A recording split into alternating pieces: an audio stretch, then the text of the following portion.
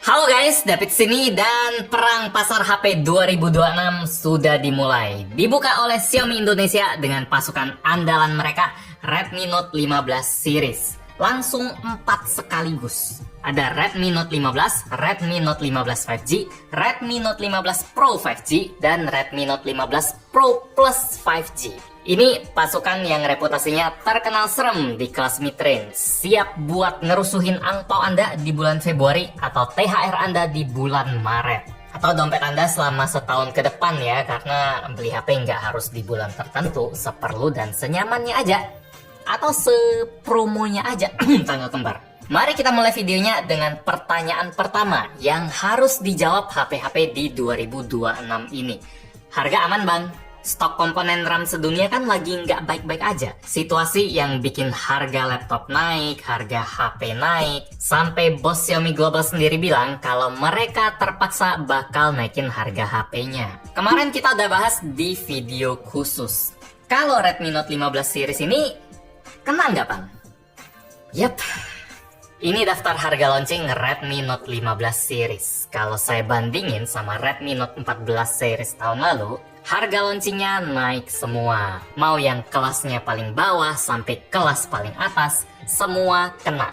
Krisis RAM is real, nggak bisa dihindarin, bahkan oleh Xiaomi sekalipun. Dan setelah saya cobain tiap HP, bandingin semua spek, varian memori, harganya, menurut saya Redmi Note 15 Pro, Redmi Note 15 Pro ini, varian 8256 yang paling worth it. Harganya kerasa sopan, naik 300.000 dibanding tahun lalu. Itu nggak sampai 10%. Buat saya berasa masuk akal, apalagi upgrade spek yang didapat juga berasa sesuai. Naiknya sekitar 10-20%. Jadi seolah harga HP ini naik karena speknya emang naik, bukan karena keseret pasar RAM yang lagi nggak ngotak. Belum lagi sekarang nilai dolar juga makin tinggi, modal makin berat, tapi saya nggak ngitung sampai sana. Cukup lihat kenaikan speknya aja, jadi lebih masuk akal. Dan satu fakta menarik, dari dulu harga Redmi Note seri Pro emang ternyata selalu main di kisaran 4,5 juta. Redmi Note 14 Pro di 4,4 juta, terus 13 Pro juga sama di 4,4 juta, sementara 12 Pro malah lebih tinggi di 4,6 juta. Jadi harga 15 Pro kali ini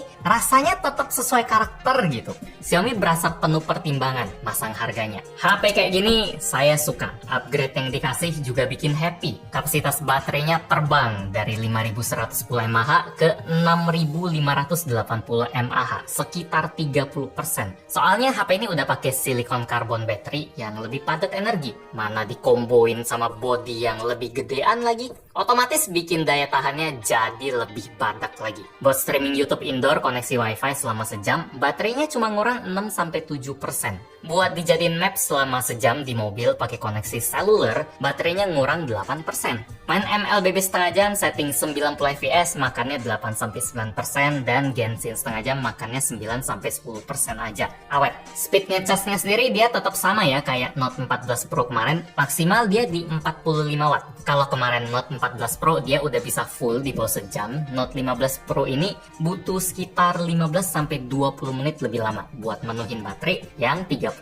lebih gede. Tetap kenceng jatuhnya. Note 15 Pro juga bisa pakai baterai jumbonya buat ngecas gadget lain ya. Speednya kenceng, up to 22,5 watt. Semua suka sama baterai HP yang awet, tapi sayangnya enggak semua orang bakal suka sama ukuran HP-nya yang lebih gede ya. Berat HP ini naik 10% dari 190 gram jadi 210 gram. Dan ukuran layarnya ngelebar jadi 6,83 inci. 6,83 inci. Itu udah hampir seukuran layar tablet jadul. Bikin Redmi Note 15 Pro ini jadi Redmi Note terbesar sepanjang sejarah Redmi Note. Benar-benar Note sejati rasanya. Buat saya pribadi, ukuran kayak gini udah agak over sih, lebar menuhin tangan. Apalagi sekarang bentuk bodinya lebih kaku ya, bagian sisi dan layarnya dibikin lebih rata dibanding Note 14 Pro yang lengkung. Handlingnya harus lebih usaha. Tapi pasti ada juga tipe user yang suka layar HP selebar mungkin biar lebih puas lagi. Sedikit info, walaupun layar Redmi Note 15 Pro ini paling gede di rumahnya Redmi Note, tapi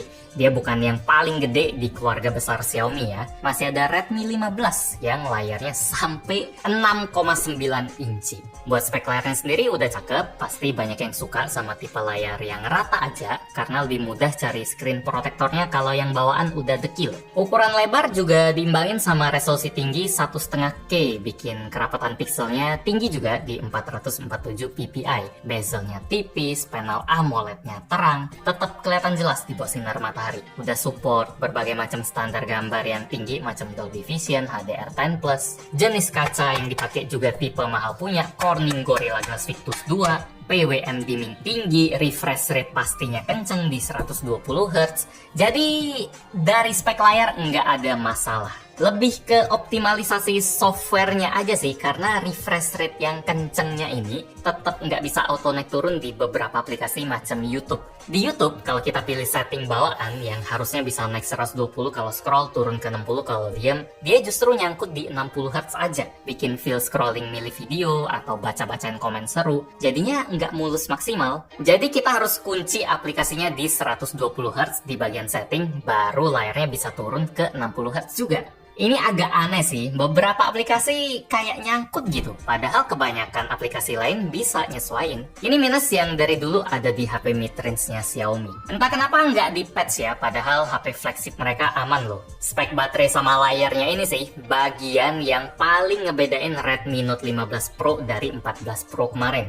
Sisanya lumayan dijagain Xiaomi. Misalnya selipan iklan yang ciluk-bain kita kalau buka aplikasi bawaan Xiaomi, itu nggak mungkin dihilangin. Justru itu elemen kunci yang bikin harga Redmi Note bisa kayak gini. Buat OS-nya sendiri udah langsung Android 15 HyperOS 2 yang bentar lagi harusnya bakal naik ke HyperOS 3. Update softwarenya dijanjiin bakal dapat selama 4 tahun dan security patch sampai 6 tahun. Desain belakang Redmi Note 15 Pro ini juga lumayan mirip kayak tahun kemarin. Modul kameranya tetap bentuk squircle, kotak yang agak ngebulet dengan 4 boba di dalamnya. Bedanya cuma di vibes-nya aja. 15 Pro ini ngasih kesan yang lebih strong, tangguh, kokoh. Karena sudut ratanya tadi nggak kayak Note. Xiaomi juga lumayan gembar-gemborin soal betapa durable-nya nih HP ya. Banyak diomongin di website resminya. Iklannya Titan Tough, dari kaca Victus, baterai badak, tahan cemplung ke air, tahan disemprot air panas, sampai ke soal tahan jatuh, tahan tekuk. Motherboard katanya lebih tebal dan beberapa lapisan buat ngeredam benturan. Ya baguslah kalau Xiaomi udah coba ngejual durability HP-nya. Semuanya suka HP tahan banting, tapi saya sendiri nggak terlalu tergerak buat coba nyiksa nih HP karena hasilnya hampir pasti aman sih kalau di dalam ruangan. Kecuali kalau di aspal itu levelnya udah jauh berbeda. Saya sendiri nggak bakal berani coba karena nggak ada HP yang bebas rusak atau bebas pecah, itu nggak ada. Apalagi sama aspal. Oke, coba kalian di dalam sini. Mau coba? Saya sih nggak tertarik ya, tapi ya bolehlah biar seru aja ya.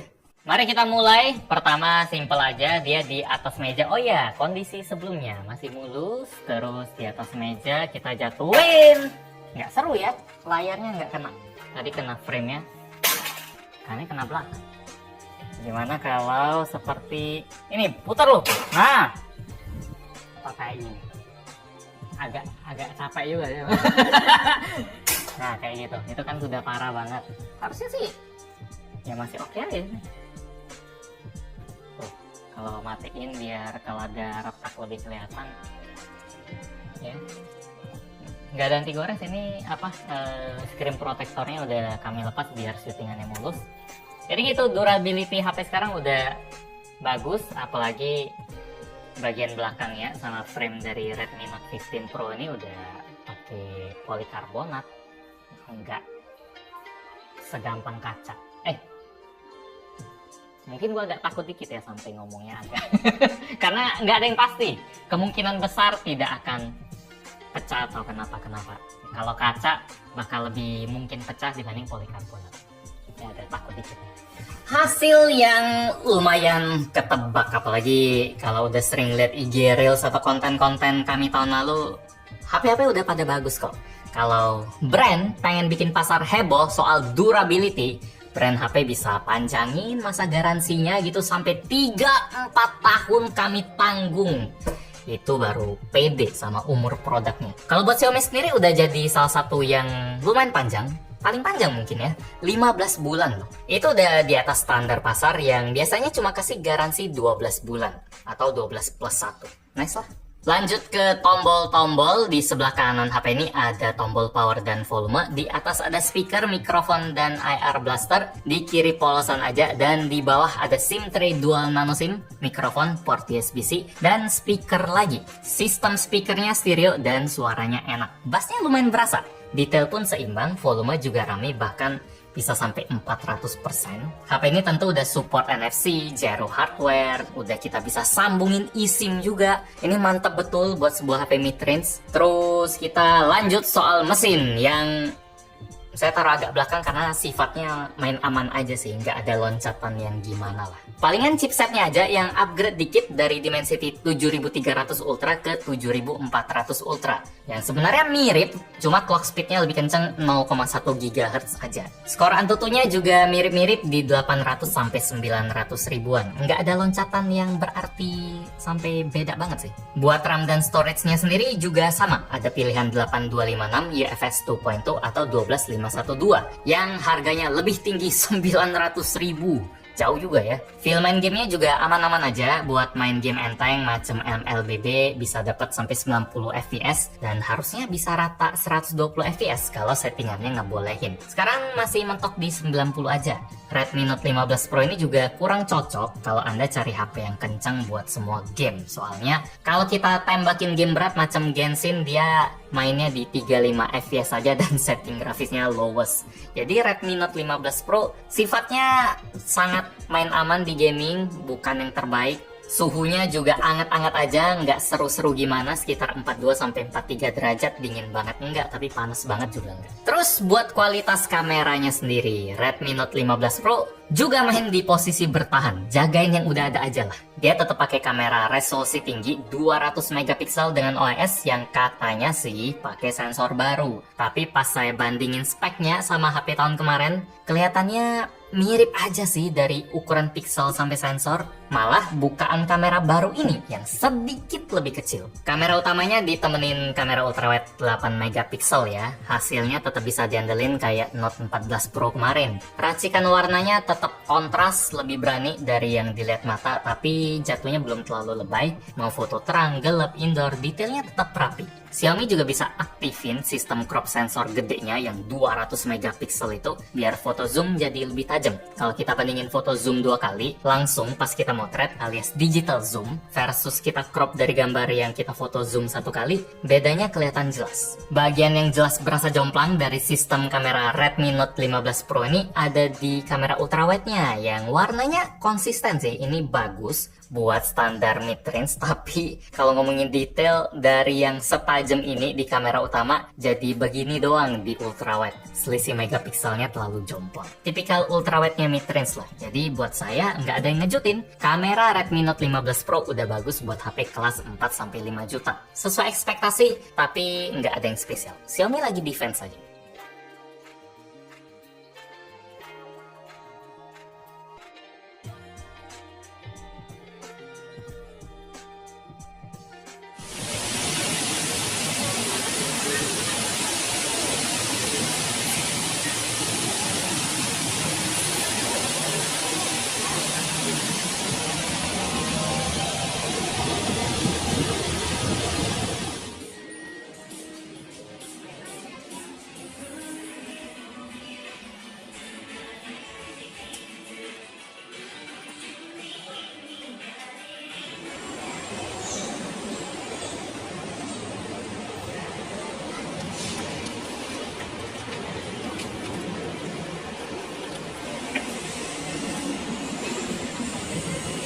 Ini adalah hasil perekaman kamera depan dari Redmi Note 15 Pro 5G. Di resolusi maksimalnya 1080p aja dan frame rate bisa sampai 60 fps.